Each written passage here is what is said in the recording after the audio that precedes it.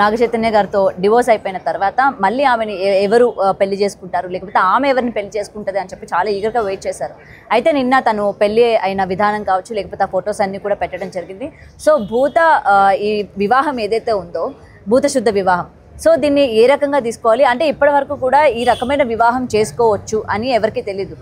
So అసలు ఎందుకు తను పర్టికులర్గా ఇలాంటి వివాహం చేసుకోవాల్సి వచ్చింది? సో దీనివల్ల దాంపత్య జీవితం ఎక్కువ కాలం ఉంటారు, బలంగా ఉంటారు జంటలు ఇద్దరు కూడా అన్నట్టు ఏమైనా సంకేతమా లేకపోతే ఏంటి?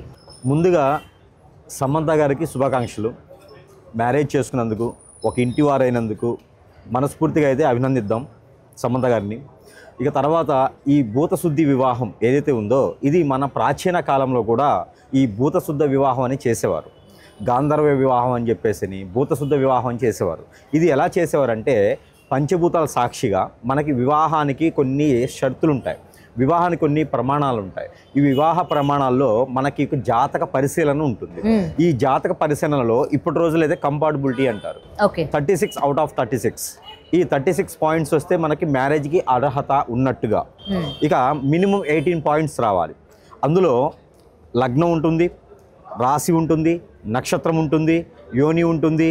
అలాగా మనకి 5 రకాలుగా కలిస్తే దాంట్లో ఫ్రెండ్షిప్ ఉందా, వ్యతిరేకత ఉందా, ఇవన్నీ కూడా చూసుకున్న తర్వాత మ్యారేజ్ చేసేటువంటి విధానం ఏర్పడింది. మన హిందూ సాంప్రదాయ ప్రకారంగా 5 రోజులు మ్యారేజ్ కాదు, 5 రకాలుగా చేసేటువంటి పెళ్లి తంతు అనేది ఉంటుంది.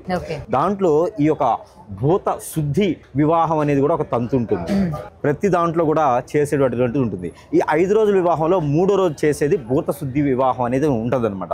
ఇది మన ప్రాచీన కాలంలో చేసేవారు. ఈ వివాహం చేయడం ద్వారా అటు 7 తరాలు ఇటు 7 తరాలు అంటారు చూసారా, ఆ 7 తరాల పాటు అన్యోన్యంగా ఏ ఇబ్బంది లేకుండా ఉండేందుకు చేసేటువంటి వివాహంలో ఈ భూత శుద్ధి వివాహం అని ఉంటుందన్నమాట.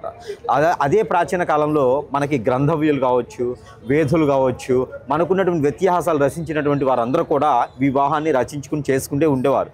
కొన్ని పురాణాలు అయితే కూడా ఇప్పటికీ మనకి భూత శుద్ధి వివాహం అనేది ఉంటూ ఉంది. మనకి సుందరకాండ మీరు చూసినట్టయితే కనుక సుందరకాండలో కూడా ఈ వివాహం గురించి మనకి రాసి అయితే లెక్కించున్నది. ఇది శివుని యొక్క ఆధీనంలో జరిగేటువంటి వివాహమే. వేరే ఏదో యక్షిణి విద్యల్లోనో పోయేసి ఏదైనా ధర్మస్థలాల్లోనో చేసుకునే వివాహం కాదు. ఇది ఒక సందేహంగా చేసుకునేటువంటి వివాహమే. ఇది కూడా దేవుని యొక్క సంకల్పంలో చేసుకునేటువంటి వివాహమే.